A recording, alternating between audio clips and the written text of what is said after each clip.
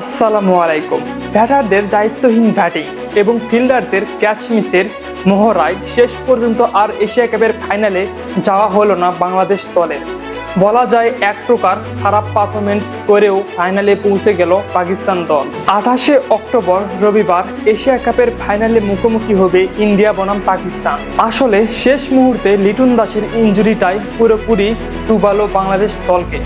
তা না হলে প্রথম রাউন্ডে 2 ম্যাচ জিতে সুপার 4-এ ওঠা এবং সুপার 4-এ প্রথম ম্যাচে শ্রীলঙ্কাকে এক প্রকার উড়িয়ে দিয়ে জয় তুলে নেওয়া সবকিছুই যেন খুব ভালোভাবে এগুচ্ছিল টাইগারদের। তবে ভাগ্যের নির্মম পরিহাস লিটনের হঠাৎ ইনজুরিতে সবকিছু এলোমেলো করে দিয়েছে বাংলাদেশ দলকে। এমন ফলাফল পাকিস্তানের কাছে হেরে এশিয়া কাপ থেকে বিদায়। বাংলাদেশ দলের যাই হোক, এশিয়া কাপ শেষ হলেও থেমে থাকছে না বাংলাদেশের ক্রিকেট। কেননা মাত্র 4-5 দিন পরে পরবর্তী টি-20 এবং ওয়ানডে সিরিজের এবার আফগানিস্তানের মুখোমুখি হচ্ছে বাংলাদেশের দল। সুতরাং এশিয়া কাপ শেষ হলেও এই মুহূর্তে দেশে ফেরা হচ্ছে না টাইগার্সদের। কেননা এই আরব আমিরাতেই মাঠে অনুষ্ঠিত হবে বাংলাদেশ এবং আফগানিস্তানের মধ্যকার সিরিজের সবগুলো ম্যাচ।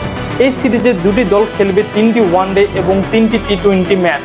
এখন একটাই প্রশ্ন রয়ে যায়, এশিয়া কাপের দল নিয়েই কি আফগানিস্তানের বিপক্ষে টি-20 সিরিজ খেলবে বাংলাদেশ, নাকি স্কোয়াডে আনা হবে কোনো পরিবর্তন?